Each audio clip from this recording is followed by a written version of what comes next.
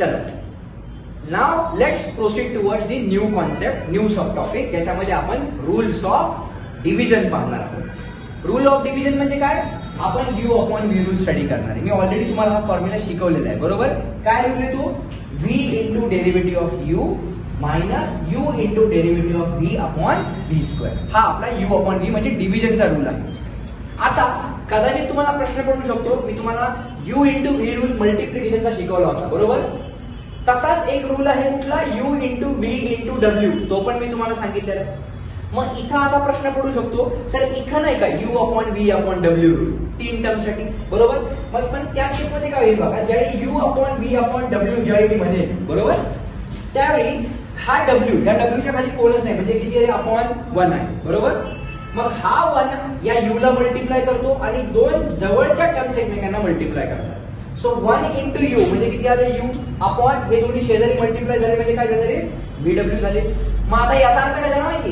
ही माझी वरची जी टर्म आहे त्याला मी u कन्सिडर करणार आणि ही खालची पूर्ण जी टर्म आहे त्याला मी v कन्सिडर करणार आणि हाच रूल डिप्लॉय करणार.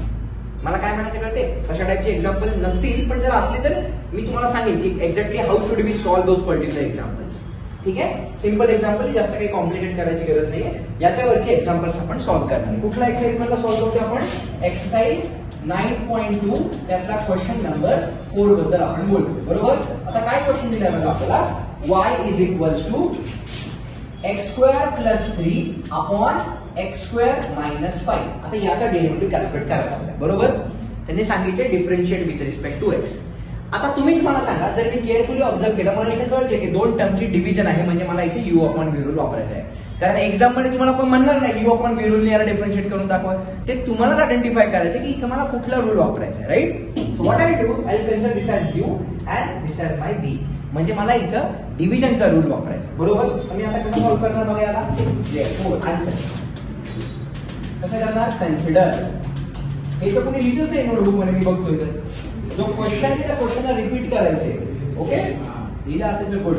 y इज इक्वल टू काय मिळते बघा? x square plus 3 upon x square minus 5, बरोबर. Therefore differentiating with respect to what? Let's differentiate with respect to x. काय मिळेल आपल्याला सांगा? Therefore what we are getting is dy upon dx is equals to, बरोबर.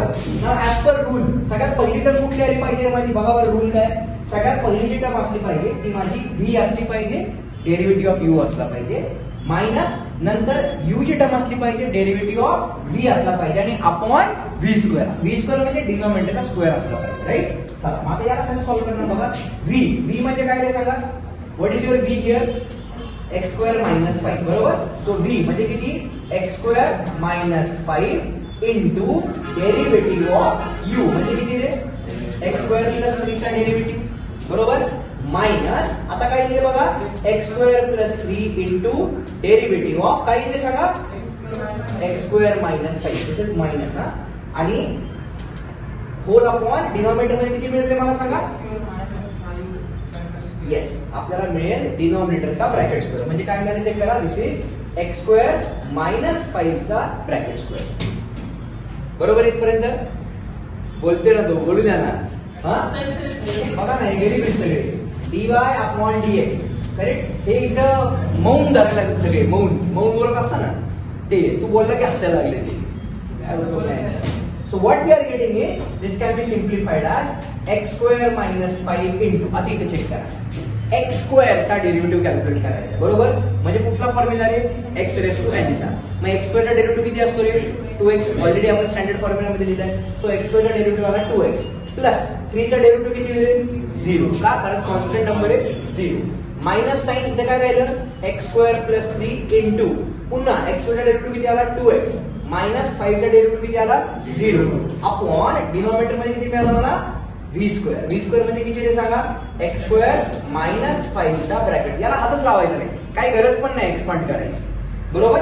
ठीक आहे, चला. So let's simplify this further. So काय मिळते चेक करा. dy upon dx is equals to, बघा इथे काय मिळते. आता थोडक्यात काय मला काय म्हणायचंय की ही जी टर्म आहे कुठली वाली? ही 0 वाली, त्याला मी कटच करून टाकतो. लीला काय नाही, काय एकच आहे ना, कारण त्या कॉन्स्टंटचा डेरिव्हेटिव्ह तर 0च येणार आहे, right. So what I will do now, let's multiply this x square to this particular term. So x square ने 2x ला मल्टिप्लाय केलं म्हणजे 2 तसंच राहिलं. एक्स स्क्वेअर ने x ला मल्टिप्लाय केलं म्हणजे किती झालं 2x क्यूब आलं. बरोबर. आता या 5 ने या 2x ला मल्टिप्लाय करा पण इथे किती आहे -1 म्हणजे इथे किती आलं -10x आलं. म्हणजे हा झाला माझा पहिल्या ब्रॅकेटचं मल्टिप्लिकेशन. मी त्याला ब्रॅकेट टाकला मायनस साइन म्हणून मी पुन्हा ब्रॅकेट टाकणार. आता या 2x ने या x स्क्वेअर ला मल्टिप्लाय करा म्हणजे किती मिळालं मला ट्वाइस x क्यूब आणि या पॉझिटिव्ह 3 ने या 2x ला मल्टिप्लाय करा म्हणजे किती आलं +6x अपॉन डिनॉमिनेटर मध्ये काय राहिलं तेच काय रे x स्क्वेअर -5 चा ब्रॅकेट स्क्वेअर. बरोबर. आता ज्यावेळी मी या मायनस साइन आतमध्ये मल्टिप्लाय केलं त्यावेळी ब्रॅकेट जे आहे आतमध्ये ब्रॅकेट जे आतली साइन चेंज होती. बरोबर. म्हणजे इथला 2x क्यूब आणि हा 2x क्यूब कारण हा पॉझिटिव्ह आहे हा निगेटिव्ह होणार आहे. मायनस साइन आतमध्ये मल्टिप्लाय केलं तर हा 2x क्यूब आणि हा 2x क्यूब काय होणार आहे माझा कॅन्सल. मग आपल्याकडे काय राहील चेक करा. What we are remaining with is बघा चेक करा. इथे लिहितोय मी therefore dy upon dx is equals to इथे बघा इथे किती राहिले -10x right. So I right it as -10x minus. आता बघा इथं मायनस आहे हे प्लस आहे म्हणजे काय झालं ते मायनस झालं. इथे किती झालं 6x अपॉन डिनॉमिनेटर मध्ये टर्म कोणती x स्क्वेअर -5 चा ब्रॅकेट स्क्वेअर. आता -10 -6 म्हणजे किती -16 म्हणजे मला फायनल आन्सर काय मिळालं dy upon dx is equals to -16x upon x square -5 चा ब्रॅकेट स्क्वेअर. मी याला बॉक्स करणार आणि हे झालं माझं final required solution by applying u upon v rule. हे कळालं का नक्की सर्वांना. शुअर इझी होतं नक्की. डन.